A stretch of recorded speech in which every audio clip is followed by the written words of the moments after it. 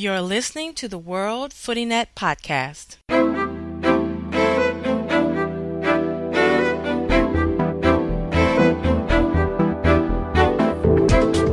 Welcome to the World FootyNet Podcast. You can email us at podcast@worldfooty.net or alternatively, post your comments on the World FootyNet Facebook page.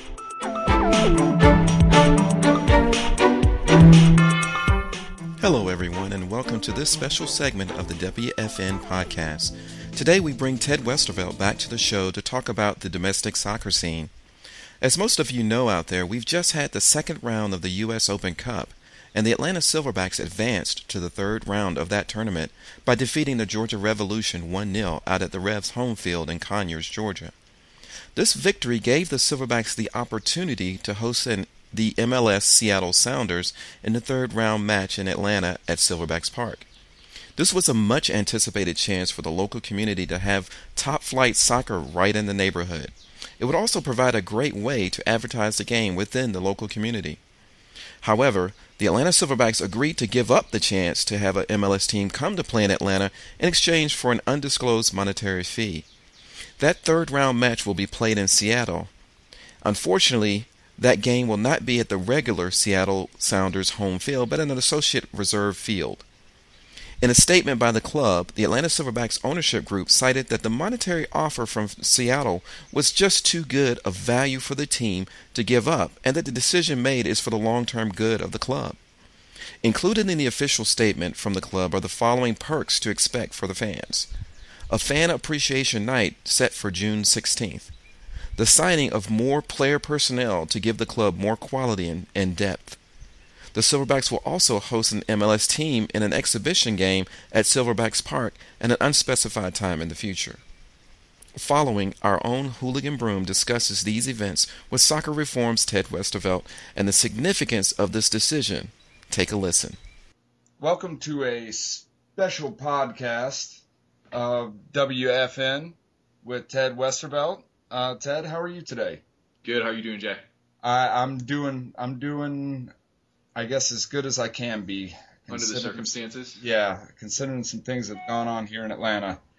All right, Ted, let's talk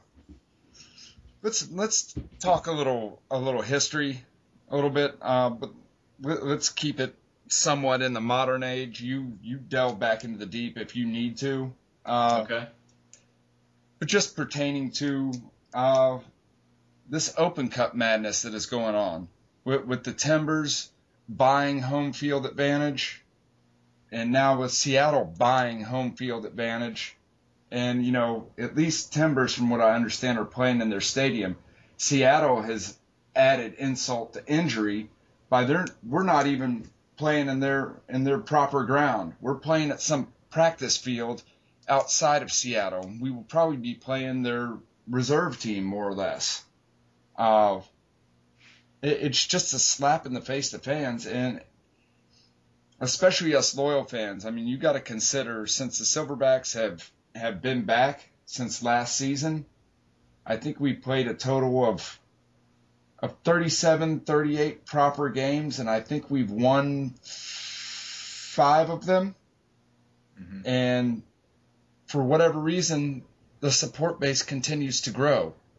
Right. And this is not how you repay that loyalty at all.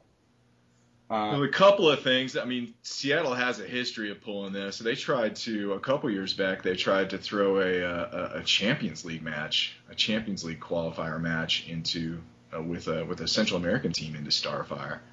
So they have a history of doing that kind of stuff. And I mean, not to mention the fact that even Seattle fans and even their staunchest defenders admit that they do turn away fans by keeping that upper deck closed and fooling and fiddling around with the capacity for certain games. And you hear about the engineered scarcity that's supposed to drive up demand, and all of the marketing techniques that we're also fond of when it comes to MLS. But it's this stuff, unfortunately, is par for the course. And I've been going back and forth on Twitter a little bit today, surprisingly to many people. But it's, I think it's really important here this is U.S. Open Cup is U.S. soccer's tournament, and I appreciate that MLS and everybody else maybe have some and individual team owners certainly have a role to play in this debacle, but somebody's got to step up at U.S. Soccer and say enough's enough. We made a mistake here. Let's straighten this out. And so far today, it's not happening. Yeah, well, I mean, the whole thing is if you look over to the FA Cup in England, Carling Cup, the FA allows this sort of thing too. It's just that most of the big clubs, your Arsenals, Man Uniteds, Chelsea's even, I should say Chavs, but whatever, even they have enough class and realize that these little clubs are going to benefit more in the long term by them going and playing, on a beat-up ground in front of 2,500 fans that may be standing room only. And I haven't gotten to the bottom of that situation yet, but I can't imagine that the FA wouldn't step in a situation like this where somebody did try to sell this home rights. And, I mean, how this – for me, it's a classic example of the profit motive that a lot of the MLS guys use as the defense for pretty much everything MLS does. And frankly, everything U.S. Soccer does. This is a business. You got to do everything for the money. And I think this is such a clear-cut case of, this might, Silverbacks might have made couple thousand bucks off this deal and saved a little travel time. But somebody's got to be out there thinking about the long-term effect on the game of actions like this. You can't just, short-term profit. It's like Wall Street. It's like a derivative. Somebody's got to be there to say, exactly. You can't just play with this. You can't play with the integrity of the game, even if it's in your short-term financial interest. Exactly. And I just popped up, and I knew this was going to happen. People said, oh, well, maybe they'll do this and that. And I said, they'll give us an exhibition match. Yeah. Is what they'll give us. And that's exactly what they've given us. That's what I'm reading right now. That's what I'm reading popping up through my Twitter stream as we speak. And they're saying, going to give you an MLS friendly. In player personnel. Uh-huh. The whole thing is. It's like a utility infield to be named later. Right. And the whole thing is Atlanta, and some people don't like this. See, this is the business side that I understand of the game. Atlanta's a selling team. Mm-hmm. We sold Tyler Ruthven. If we could have retained and sold off Junior Sandoval, we would have. But instead, he messed around, and now he's playing in the reserves this year, which I think is good for his development overall, but he might not see it like that. He's a good guy, but that being said, but we're a selling team. Right. That's how we're going to make money.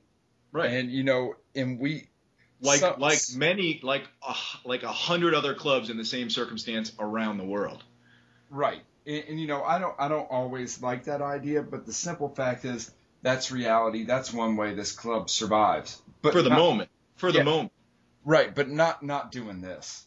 Right. Not doing this. You've just impugned the long-term viability of the club. You just turned off a bunch of people who would have come out. And not to mention the U.S. Open Cup itself and the U.S. club game, which frankly isn't in the. It's not as if it's built up a huge reserve of faith and integrity that you can just play games like this. This is the kind of stuff that sets people off. I was impressed by the number of MLS bloggers, guys that I usually pick out as adversaries, that suddenly jumped in and found a conscience on this. This is a real danger to the game, and it's a classic example to me of short-term. You're losing long-term vision for short-term gain. Yep, exactly.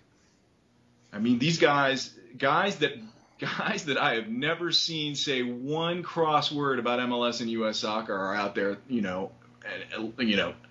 it's great to see a couple of them coming out and saying things that need to be said, for sure. Yep. I don't understand the mentality. Well, actually, I do. Yeah, you do. I do. I'm afraid you do. And the simple fact, is here, Boris, who made this decision, is only a 30% owner. Mm-hmm. It's Traffic Sports. Yes. Who owns our club, owns 65% of it.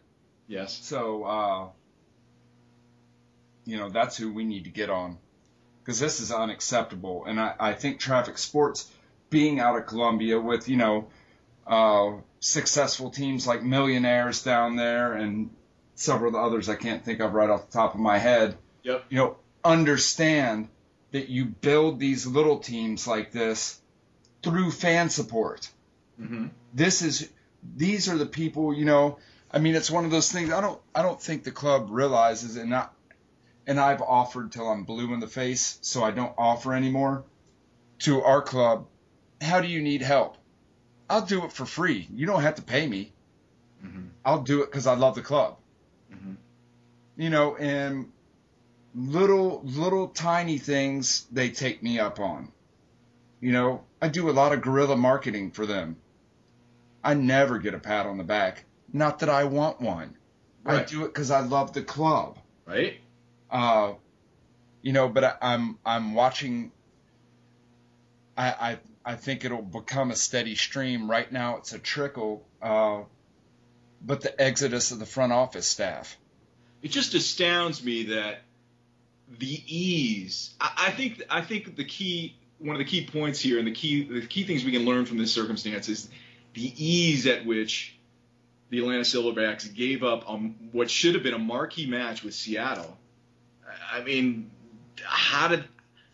apparently there are those who decided that they were not going to be able to capitalize on that match. And I don't know. There's a couple of things behind that. One is the short window of timing here in the new format the USOC picked up, and how they had to make quick snap decisions, and maybe they didn't have time to market effectively. But again, I mean, this whole thing was just revamped. I mean, not only do they don't have the time to make hay out of this thing, but how did two Georgia teams end up playing for a trip to Seattle anyway? I mean, they just re-engineered this thing. They just brought it down. They centralized the whole thing, and there was no way to avoid. I don't know. I haven't gone through that with a fine-tooth comb, but it seems a little odd that two Georgia teams, in an age when everybody uses travel as an excuse for one of the things that's holding, our clubs back, how that happened. Yeah, exactly. My whole thing, the people that say, the United States is not England. England, you can travel anywhere on a bus within, 5-7 hours. Right. Or train, I go, okay, well, see, here's what you do. You split the country in thirds, right, from north to south, mm-hmm. and you do these little clubs regionally. Mm-hmm. And as they get up into the NASL and they can travel, then you send them to different regions. Right. And let the regional guys and let the U.S. Federation, if they were handling their business properly, they would foot the bill for these little clubs to travel. Right. They would not be charging these venues $12,000 to host a game. Right. They would say, you know what? We're not going to charge you $12,000. We're going to give you $12,000 because you're growing the game.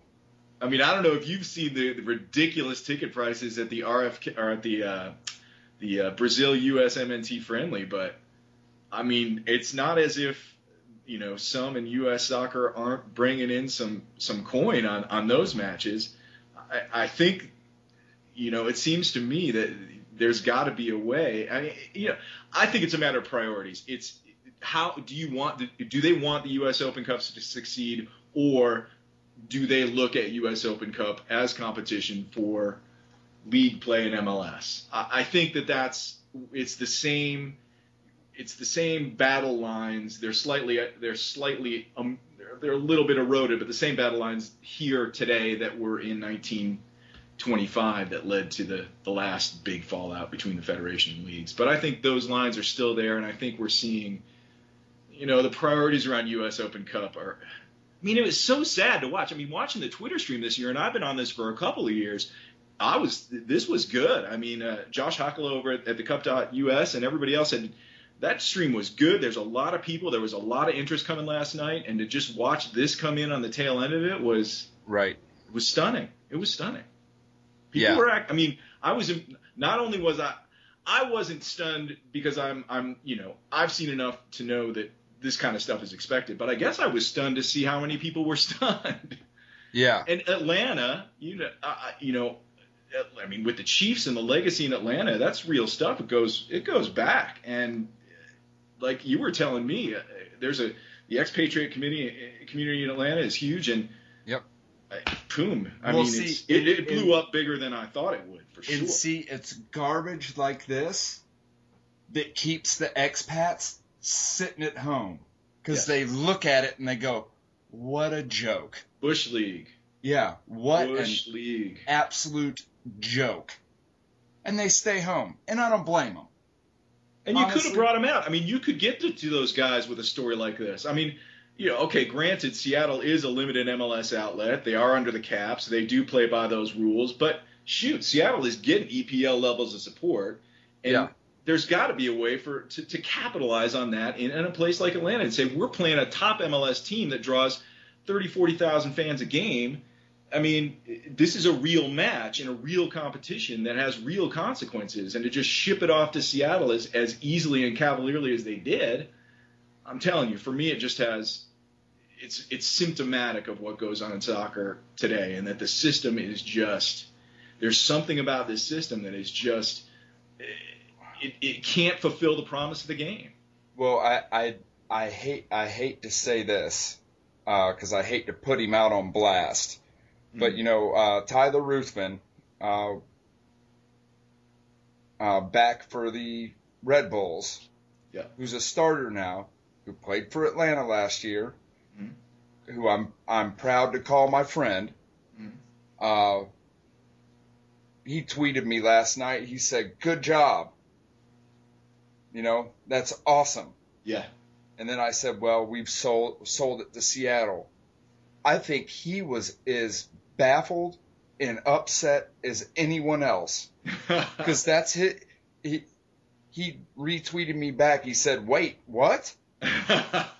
Those are his boys. I was talking about that last night too. The disconnect between players and management in the situation is pretty crazy. I guarantee you the players on the Silverbacks, they've got to be upset about this. They have to be. And I don't know, I'm not seeing a whole lot on there on Twitter. I'm not seeing a lot of them. Maybe you're seeing communication that I'm not seeing, but and I know these guys are in an untenable position, and they don't want to get involved in the politics of the league, and I appreciate that. And when somebody like Eddie Johnson tweets me or any other player, I almost want to say, back away. You don't want to play here because it's ugly, and you don't want to get involved in this. And MLS is chock full of internal politics with U.S. soccer. You guys need to keep your game on the field, and hopefully us supporters will rally to your defense, because they've got to be upset. They got to be upset. And, not to put him on blast, and I hope I don't get him in trouble with this. Tyler tweets me back, "Can't say I'm surprised after dealing with them in the off season." And the sad part is, I will, for those locals that listen to our podcast, I will defend Michael Oakey, our club president. Mm-hmm. He's his feet are nailed to the floor on this. He can't say anything. He can't do anything. Mm-hmm. His hands are tied by politics. Mm-hmm. In little, because I stay quiet about a lot that I know that's working internally with the club. Mm-hmm. And I put it out there. Michael Oakey and a lot of those people up in the front office support us supporters more than many of them will ever know. And they just can't be vocal about it. They have to remain neutrals. That's called being a professional. It's tough on Twitter because sometimes you have to go out and say and use the ubiquitous they when you say, NASL and MLS are, doing X, Y, or Z and soccer, is suffering because of it. But there are some good eggs in there, and it's not everybody. There's a few guys, and unfortunately, I think that a few people are making decisions that the majority, certainly on the playing field and probably in management itself, doesn't necessarily agree. I think that I've noticed that feeling out there for sure, definitely. Yeah, I mean, there's the question I want to ask, if I could interrupt you, Jay, there for 1 second, is: are some of these teams? I mean, some of these teams are they thinking about their MLS future? Are these deals being made to get a chit with MLS? I mean, does somebody, do they think they're getting advantage out of this in terms of we're going to give you this home game and hopefully this helps us in our quest to become an MLS team? Well, see, here's the whole thing. Speaking in reality, and I try to keep myself, as much as I daydream about this sport blowing up in this country, I know it's always going to be second fiddle to a couple of our other major sports. I'm okay with that. Hey, second fiddle would be great. And you and I have talked about that under 24 demographic. It's already second fiddle there. Yeah, and I'm okay with that. Second fiddle in the U.S. is big stuff. It's better than first fiddle in the UK. You talk about marketing ability. I mean, there's no doubt about it. Right. A second fiddle pro sport in the U.S., we would have a league. If we set it up right, we should have a league that just trounces EPL. Right. We have a 4,000 or 5,000 capacity in our stadium, depending on who you talk to. Mm-hmm. If we can't fill that week in and week out, what business do we have having an MLS team? Well, you talk about the expat community out there. I'm just saying. It seems to me that you would be able to do that with promotion and relegation, with that added drama and that little bit of extra reality. I think you can start to reach those fans. I really do. Yeah, I mean, and personally, kind of to draw somewhat of a parallel, I'm happy being Millwall. Mm-hmm. I personally am anti-MLS in Atlanta at this point, because there is no promotion relegation. Right. Not only that, I'm poor.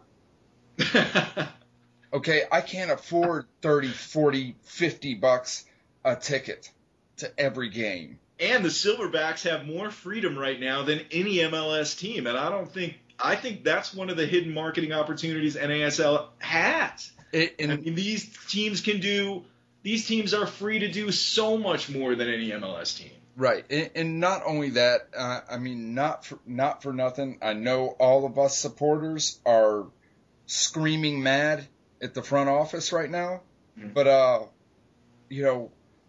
we got a lot of liberty with them.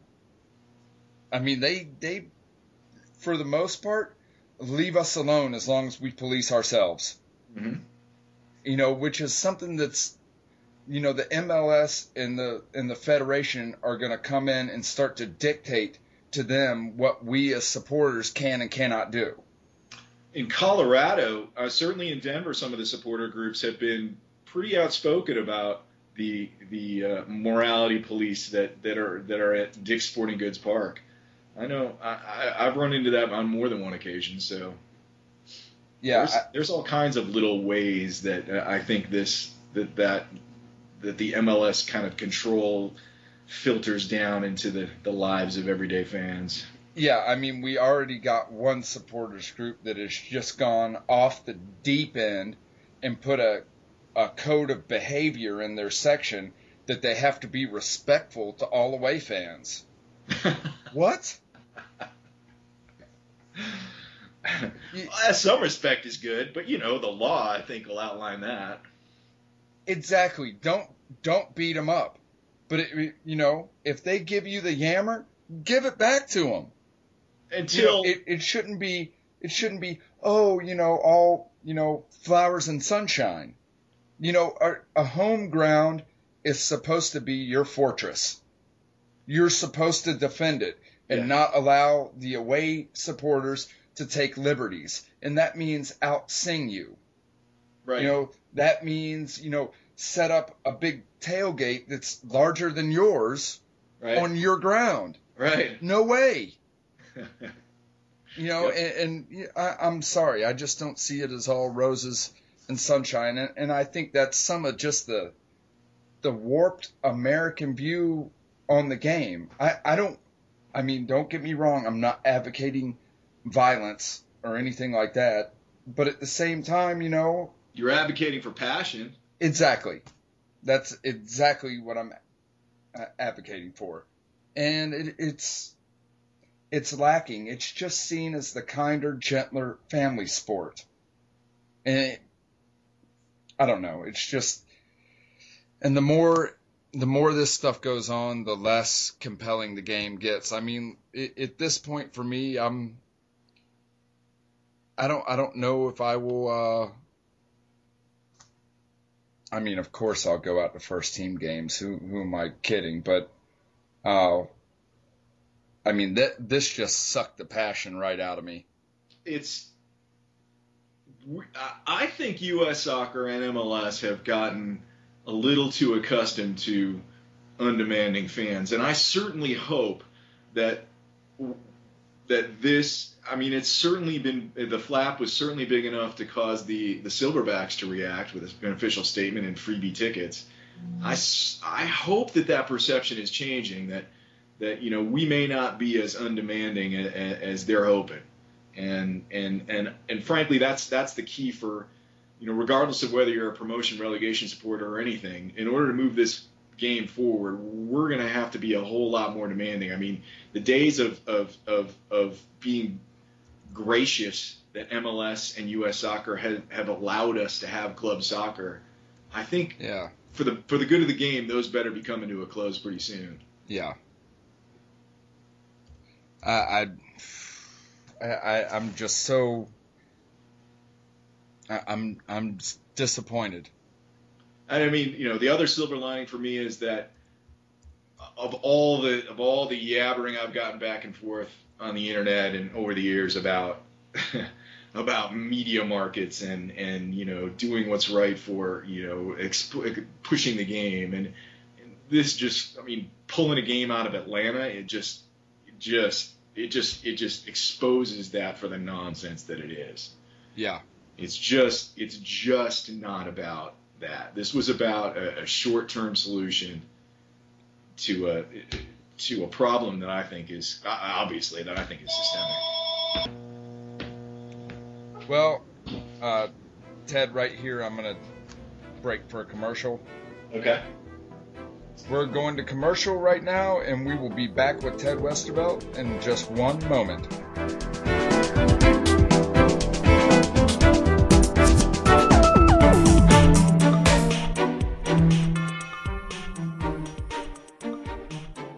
You're looking for the perfect job, a job with flexible hours to suit your active lifestyle, a job that doesn't require hard-soled shoes or even regular bathing, a job where you can work an hour a day, dress like Richard Simmons, then go home and wait for the checks to roll on in. You're looking for a high-paying job where people are always telling you how great you are and how much they like the way you say certain things. You can have the perfect job when you're a professional radio announcer. There's just one problem. I already have that job. And one other problem. Your voice sucks. Here's a friend of mine. He also has the perfect job. The almost perfect job is waiting for you when you're a graduate of Dunwoody Institute of Minneapolis with training in 19 rewarding careers and a placement rate of over 95%. Visit dunwoody.edu or call 612-374-5800 today. Stephen, Yeah? I'm leaving you. I'm running off with my yoga instructor.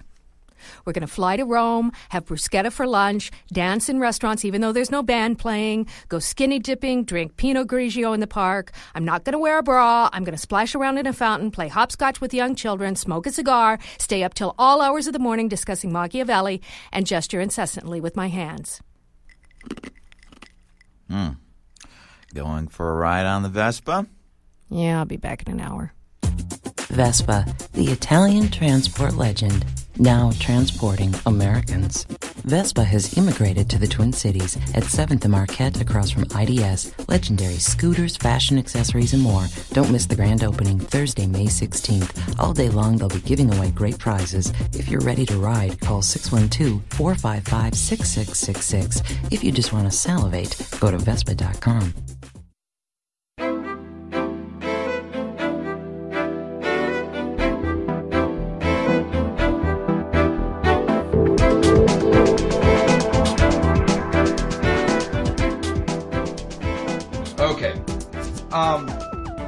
Let's get into some meat here. On from the U.S. Open Cup. Without promotion relegation in the United States, how many leagues have we seen fail since 1960? And do you think the failure can be left almost totally up to no promotion relegation? Or is it mismanagement from people coming in from other sports trying to run the leagues as well? I mean, we did have the footballers with the original NASL, did we not? The question about how many leagues have gone under since 1960 is a good one, and you can build a nice Excel database with the number of leagues that have been through and how they've morphed, and to come up with a count on that, it's almost you would take attorneys to figure it out, because did this league fold? Did that league not fold? Did this league become this league? How did this merge happen? The thing has just been, I think it's better way to maybe characterize it is that it just has failed to reach potential since ASL went down in the 20s. But I think part of it is still that, unlike NFL and unlike all our other sports, soccer is a global market, and club soccer is an open global market. And look, if MLS had the advantages of NFL, the only league of consequence in the world in the sport, having the market totally cornered, any conversation about promotion relegation would obviously be bunk. But I just don't think that. Well, two things. I think that supporters are beginning to understand that promotion relegation and these unlimited clubs that the rest of the world enjoys go hand in hand. Right. And frankly, the one statistic that you can throw out there with absolute certainty is that every top flight league of unlimited clubs that's been closed in the U.S. has ultimately failed. So the only way we're going to get unlimited clubs is to grab promotion relegation, and the only way we're going to be able to produce clubs that can go out on the global stage and perform go toe to toe with the Manchester United or Barcelona is by unlimiting them. I mean, I don't know anybody out there who can make the assertion with a straight face that a salary capped MLS where teams are limited for domestic parity, where those teams are not going to forever be handicapped in international competition. So, and there's a mindset there, and two things. And of course, then you get wrapped up into the entitlements that U.S. pro sports owners enjoy. And once you throw those out there, it's a mind bender. I mean, and it's such a mind bender that you've seen my website about you got 100 years of examples of this failing. Yeah. And still, I mean, the questions. It's amazing to me how few questions there are about the system and how easily some still slip into blaming the sport. Yeah, no, and that's the whole thing. They blame the sport. They don't. I want to think about if New York in particular with their head coach. We'll just focus on him. imagine if New York Red Bulls was an independent club, and the manager and the ownership of that was free to go and actually buy who they wanted to staff their team. Which Thierry Henry made light of early on in his career at New York Red Bulls. He said he didn't understand the salary cap. I'll paraphrase him, but he said he didn't understand the salary cap. I mean, imagine if you told Barcelona they had to choose between Iniesta, Messi, and Xavi. I mean, right. That was his quote. I mean, he didn't, which gets to another point of, do these guys really not understand what they're getting into when they come to MLS? But no, they don't. Yeah, they don't, because it's a retirement league. Uh-huh. They figured they'll come play at a little bit slower pace, a little bit more relaxed game, and then they get into the mess of it and they go, "Oh, what have I gotten myself into? Right? This is ridiculous." And but now, unlike 5-6 years ago, now if you want a bigger payday for a retirement league, you got China. Yep. That's the other angle. And they have promotion relegation. Right? God forbid. Yeah. Yeah, I mean, look at Shanghai buying up everyone in sight. Yep. But I mean, but the management, I think that goes to it. I think we get a lot of hack managers. I mean, it's tough. I mean, Bruce Arena, I think, has figured this system out and loves it. If you're a top world manager used to a certain amount of power, I can't imagine that you'd want to come to MLS and be so micromanaged. Yeah. It makes it's no surprise to me that we get hacks. Yep. Not to say that all of them are hacks, and not to say that, hey, I respect Bruce Arena, and yeah. I go back from the DC United days where the regular season, I mean, nobody could get you out of the regular season into the playoffs like Bruce Arena. I don't think the guy's missed the playoffs yet, but still, Bruce is another great symptom of a system that's not, I mean, really? So you can just kind of play in the regular season and give David Beckham his birthday off, and gosh, Seattle's too far from Los Angeles to fly up there for Keane and him, and I mean, that kind of stuff, because he probably thinks he can still make the playoffs. And it's just, I mean, I know he's great because he's dealing with the hand that he's dealt, and he doesn't care if it reveals the shortcomings of the system. So God bless Bruce. Well, yeah, and you know what? Not for nothing, something that, again, Tyler Ruthven, I think, retweeted, that the LA Galaxy and the New York Red Bulls were not too proud to go play at a little ground. Hey, let me ask you this. Do you think the Silverbacks go to LA under the same circumstances? Or do you think they can make a bigger payday with Beckham and Keane? I mean, if they're heading to LA, I don't think the game moves. I think they take LA and Atlanta, and they hope that Beckham shows up. And they hope payday. That's just my 2 cents. Here's the thing: because Bruce Arena is so ingrained in the United States system, I don't think he allows LA's front office to ask to pay us off. Perhaps. I think he goes, Atlanta is a good town. There's a lot of footy there. We go there and help the game. I lend Bruce that kind of credibility. I lend him that integrity.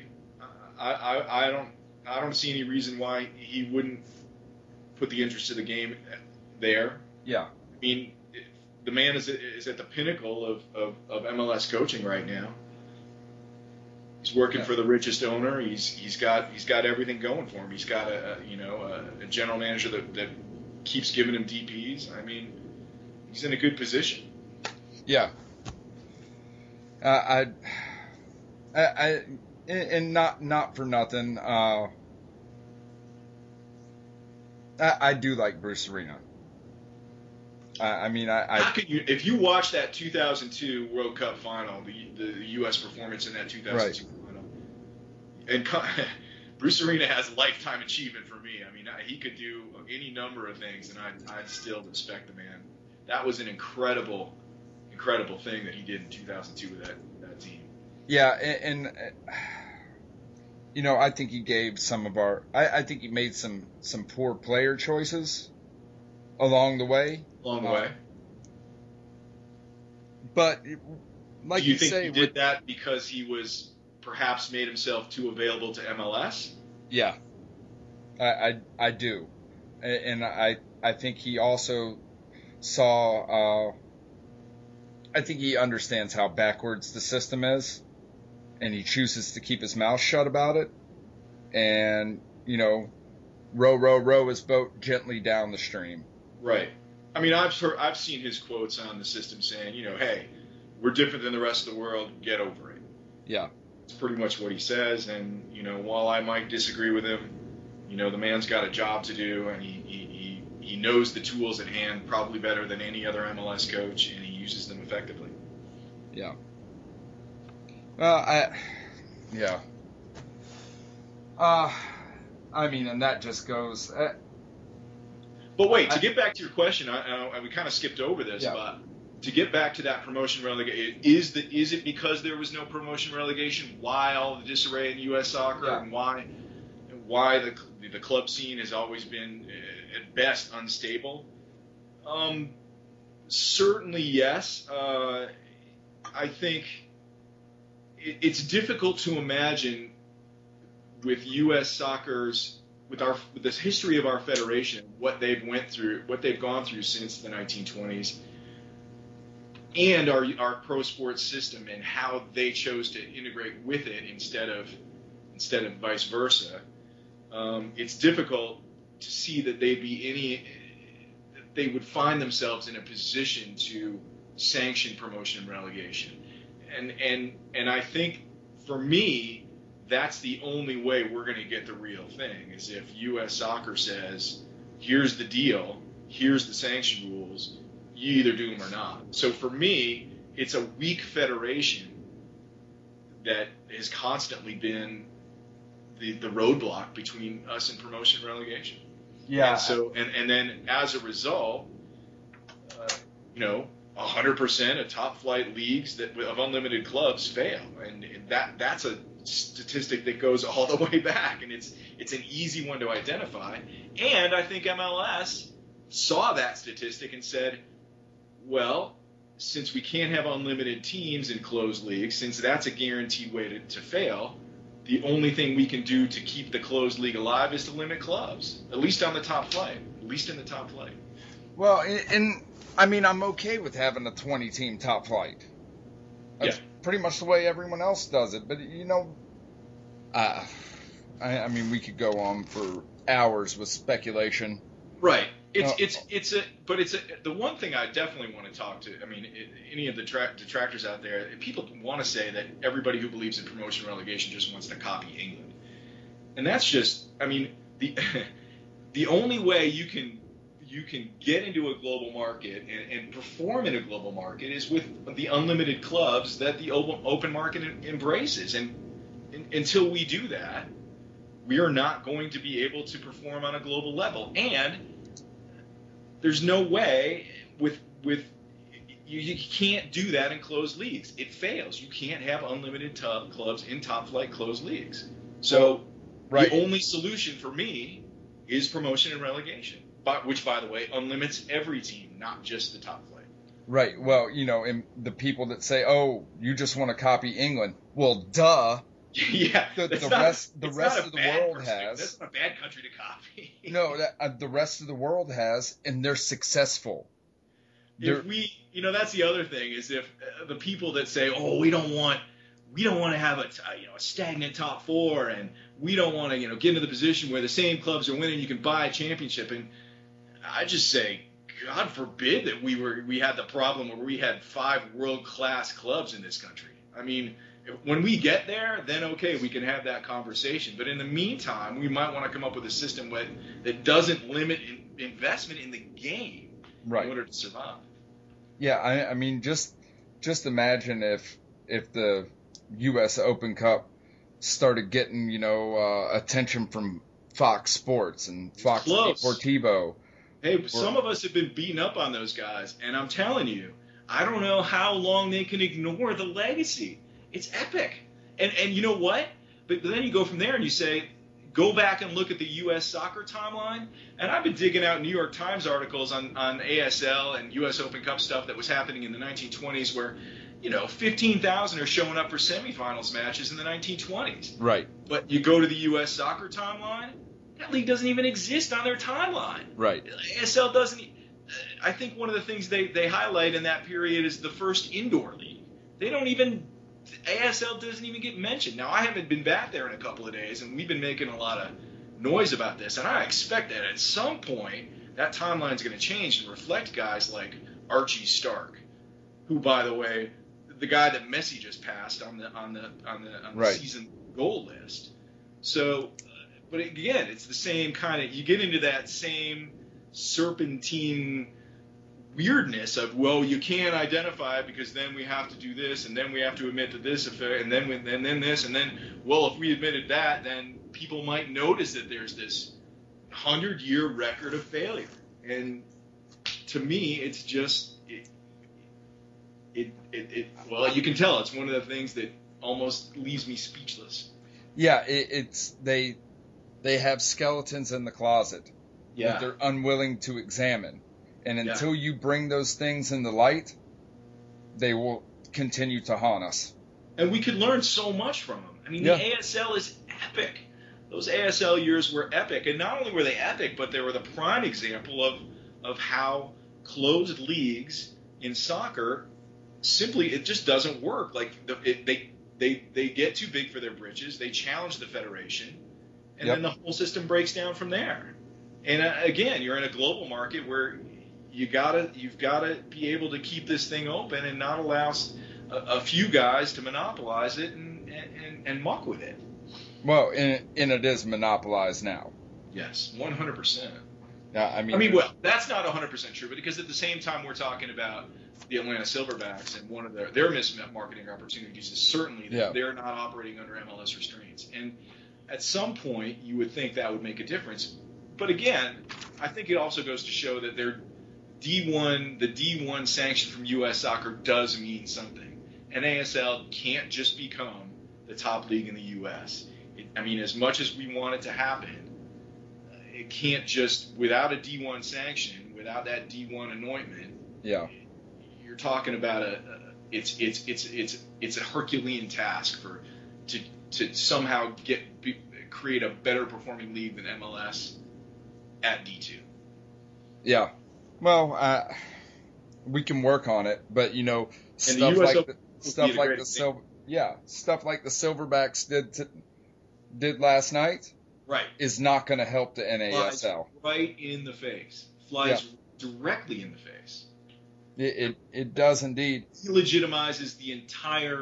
delegitimizes the U.S. Open Cup. Yeah, because now, if you look at the Silverbacks Facebook page, people are starting to ask, okay, they bought the home field advantage. Did they buy the game too? Right. I didn't think about that because I know all of our first team guys, and I think they have more integrity than that.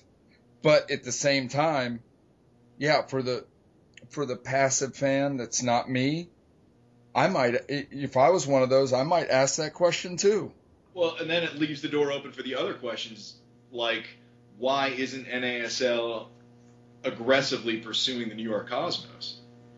I mean, Cosmos have a much better deal in NASL than MLS. Even now I know MLS is aggressively trying to gin up a stadium in New York City somewhere, and ideally provide that stadium to the New York team that comes up with the cash for the franchise fee. But I don't see how David Downs can ignore the potential of the New York Cosmos. I mean, we were just talking about how it would be difficult for an ASL to challenge MLS in quality and legitimacy and interest. But you add the Cosmos, and all bets are off.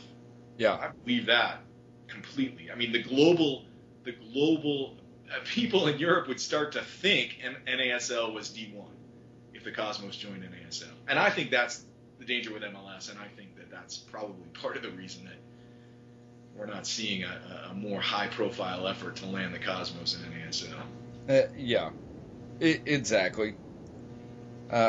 It's such a mess to us true fans of the sport, and I don't think many of us really. I mean, besides the money aspect of it, I don't think we get it. It's just not.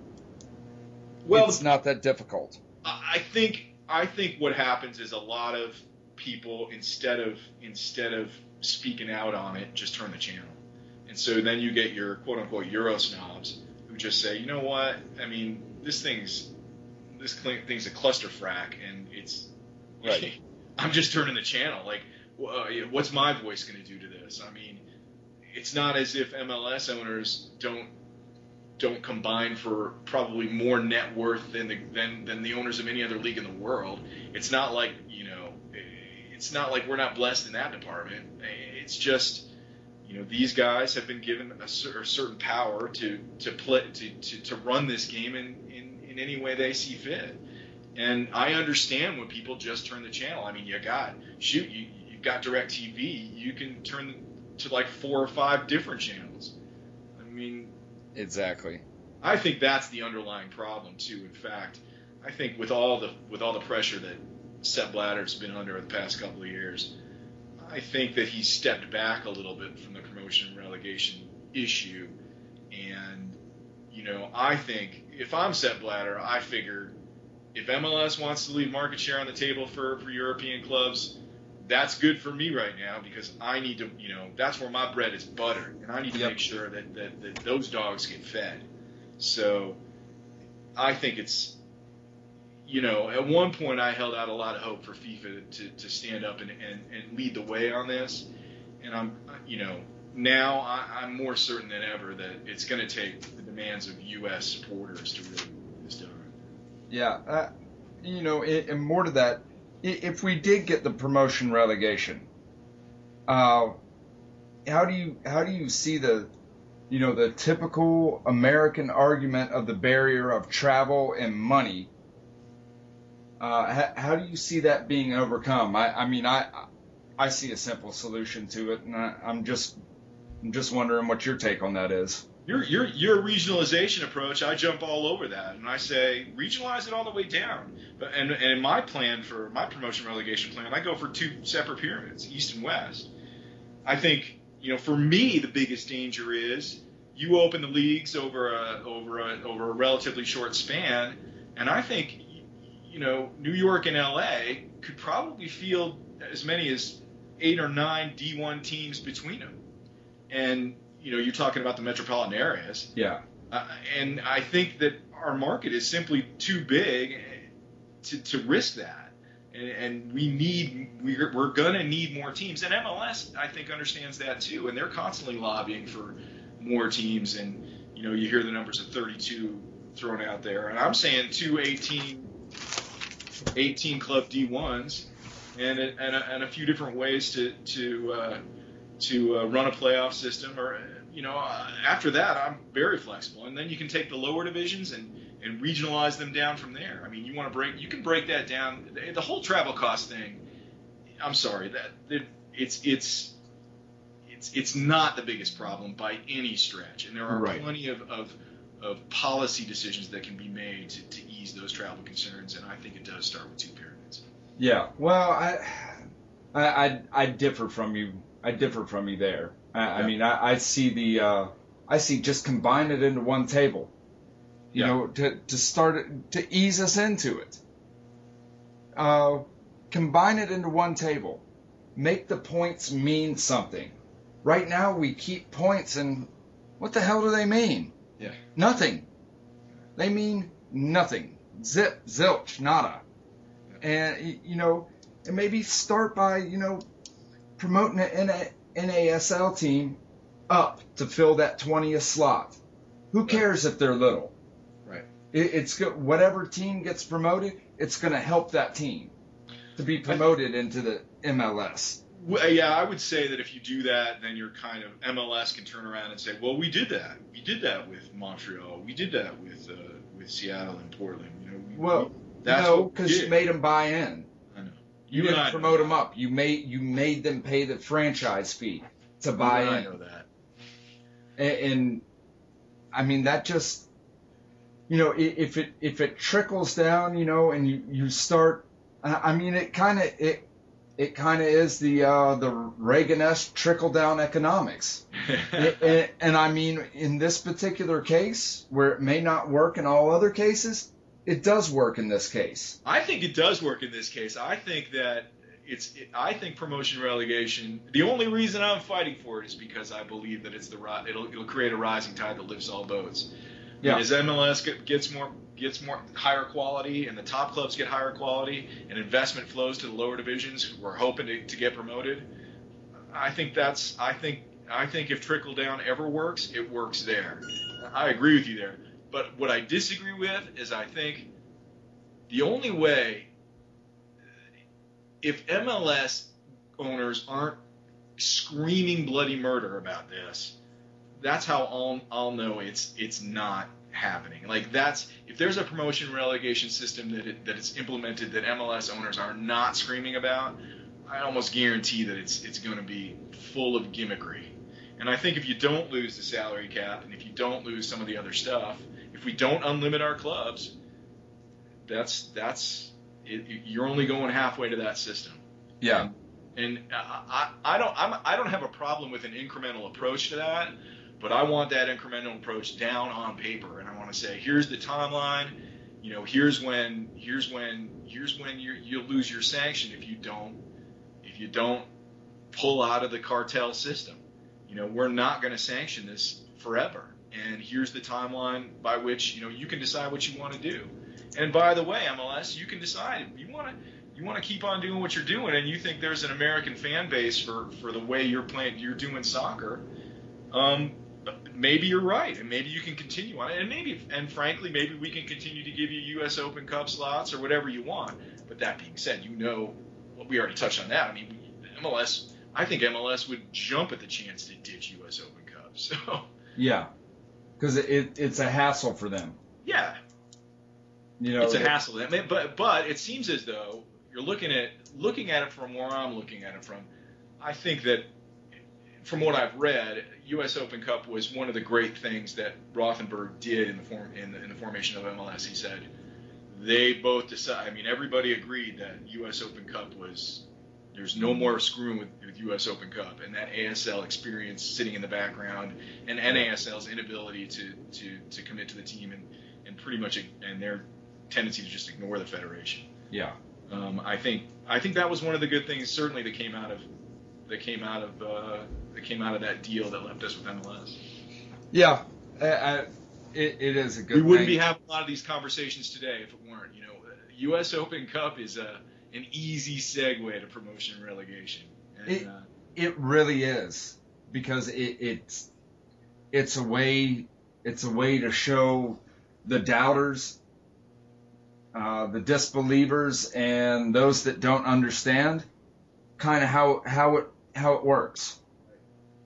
Right. I mean, it's a huge. Nothing will make me more upset than if another U.S. pro sport beats soccer to this, because soccer, in my opinion, whichever American sport is first to promotion and relegation is gonna ride a wave of novelty that no U.S. sport ever has. Right. It's gonna ride a wave of interest. It's gonna, and the first one there is gonna reap those benefits. And yeah, it's gonna be risky. And yeah, it's not gonna be a sure thing like MLS. It's not gonna be like a 401k level of safety of an investment like an MLS, like buying units in MLS is. But I mean, it's going to be big, and there's going to be the first U.S. sport to get there is going to see that boat go up. I mean, they're going to see their fortunes go up immensely.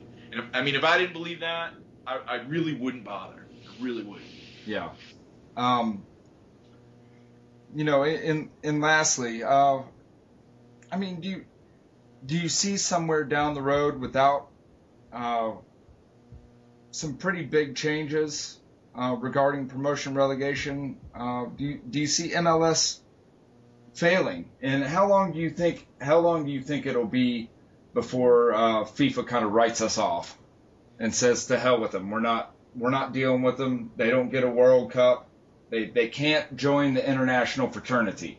We're already there with the World Cup, I think. I mean, well, again, probably, and this is a rehash of something we already talked about, but I don't know that I believe we didn't get the World Cup because we don't have promotion relegation, but it was sure an easy excuse for a lot of the other countries. I mean, it was sure something that you guarantee that was being said. And with the way that FIFA has that thing laid out, it's pretty clear.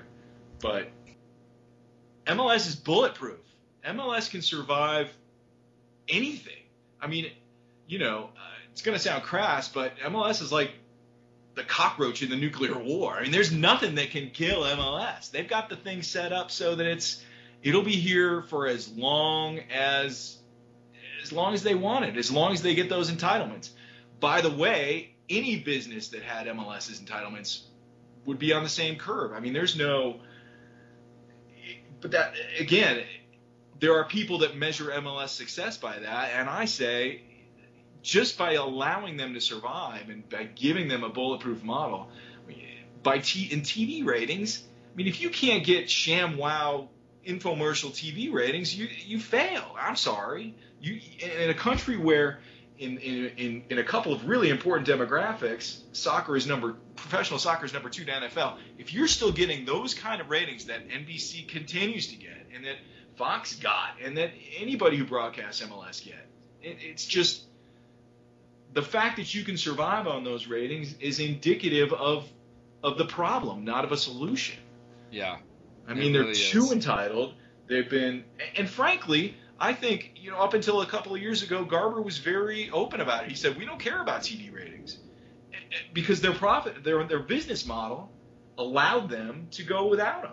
I mean, they were trying to monetize this game in other ways. And frankly, again, I think this is a great example of there's a lot of cooks in that MLS stew, and I think some of them didn't want any, MLS TV ratings meant lack of TV ratings for something else, and it might be something that those MLS owners had interest in. So by keeping this thing, by not concentrating on TV, I think that they made some of the other guys happy. I mean, a lot of the owners and the U.S. pro sports establishment looks at this as a very closed box. It's here's the number of potential pro sports fans we have in the United States. And every time one pro sport picks up viewers, another pro sport loses viewers. Right. So in that, if you're measuring it that way, and you've got these owners involved, and you and I both know it's a whole lot, you can show an NFL fan an hour of commercials, and they'll watch them. But you only got 10 minutes in a soccer game. And in the Super Bowl, we're talking like $1 million every 10 seconds. Yep. I mean, that's a salary cap. That's an MLS salary cap every 26 seconds in Super Bowl ads. Those are the numbers, and that's where it starts to get really fun to break it out. You can say, wow, soccer as a baby brother to NFL makes some sense in the eyes of a few owners out there, I think. Well, speaking some history, we can go back to the far past, and it was baseball owners that owned the soccer teams. Yes. It's always been like that too. It's an awesome part of that history. You go back. I mean, one of the early meccas was Ebbets Field. Yeah. They were selling, that thing was selling out for ASL matches, USMNT warm-up matches for the World Cup were there. Some of those baseball, Chicago Sting was playing in Wrigley Field and drawing good crowds. Yeah. It's one of those things of, now the throw ball owners are stuck into the MLS. And I mean, it's almost like they don't want it to really succeed. It's a hedge fund. It kind exactly. of feels like a hedge fund. That's a very good analogy for it. It kind of feels like a hedge fund, and frankly, it always has. For baseball, it made sense because they wanted to put something in their stadiums over the winter. Exactly. I don't think it was any coincidence that ASL played through the winter back in those days to big crowds too, and that's one of the weird things that gets lost. And I don't even focus on that much, but these games where ASL is drawing 20,000 fans, it's in like pre-global warming winter in New York City. And backs up guys like Winalda, who are, who may not be all the way there on promotion relegation there and yet, but who do want the season switch. Yeah. And the Georgia, I hear the Georgia Dome's, NFL's just about done with the Georgia Dome now. So do a BC Place conversion on that thing. Pull off the roof, do something with that, put some grass in. Let's do that. I mean, if they're going to leave us some gifts, we should take them, right? Yeah. That's true. I know the characterization is that the NFL stadiums are too big for soccer, but I don't know how that doesn't mesh with me when you're talking about pro soccer being the second most popular sport to NFL among the Latino demographic and among under 24 Americans of all ilks. Well, see, here's the thing in Atlanta, you have to first market to the Latino community, which we do not do. It's bizarre. It's bizarre. If we marketed to the Latino community here instead of the white folks in the northern suburbs, we'd fill that ground every week. Because it'd be, if nothing else, it'd be something to do. I think they can see those fans awfully easily to Mexican leagues and the other leagues, just as they can see the expats to European leagues. I mean, the concessions that are going on here. And guys like Lawless and some of the higher profile guys said it a lot more up front a couple years ago. They said, we're never going to be as big as EPL. We have to find our own niche. We have to be able to do this. Okay. That goes back to what I was saying about Sepp Blatter. I think that it's certainly good. I think opening the U.S. market to European clubs will be I don't think Sepp Blatter would mind having that on his legacy, especially with everything else that's going on with him. I think he believes he's got a better shot at that than opening the U.S. to promotion relegation. Yeah, very, very possibly, very possibly. I'm frustrated today, as we stated at the beginning of the podcast. There's a good silver lining here, though. A lot of what's happened in the last 24 hours shows that two things for me. I mean, one, it was great to watch some of those MLS bloggers who are, pure profit motive guys suddenly find a conscience and say, wait, something's wrong here. Something's broken. I thought that was great to see. And like I said before, it's great to see when, you can't, the arguments about media markets and everything else and spreading the game. The Silverbacks did a lot to bust those arguments down, to make them look like the hooey that you and I probably both know they are. Yeah. I mean, and it was really nice to see, some of the more class act Seattle fans, say we're going to give our front office hell behind this. It's unacceptable. I told Eddie Johnson just to organize the team to go to Atlanta anyway, on their own dime. Yeah. Find a way to Atlanta. Just go. He didn't think that was very funny. Yeah, well, yeah, I'm sure he didn't. But I mean, we got... put the players in the middle of this mess. I mean, that's... Originally, when I started, I thought we could get a lot of players on board with this. And I know their heart's in the right place on this, but I've also come to understand, much like a lot of the lower division club investors, they got a lot to lose by coming out and sticking it in the eye of MLS. And they just...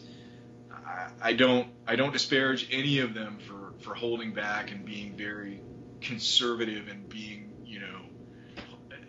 not airing their laundry publicly, as I so much wish more of them would do. But I get it. Absolutely. Well, Ted, I think that's going to be all for this week. We will continue this conversation. I appreciate you joining us on Anytime. World Footy Net. And have a good rest of the week and good weekend, and we will talk to you later. Hey, thank everybody in Atlanta for sticking up for the U.S. Open Cup and speaking out when all this stuff went down. That's a big deal.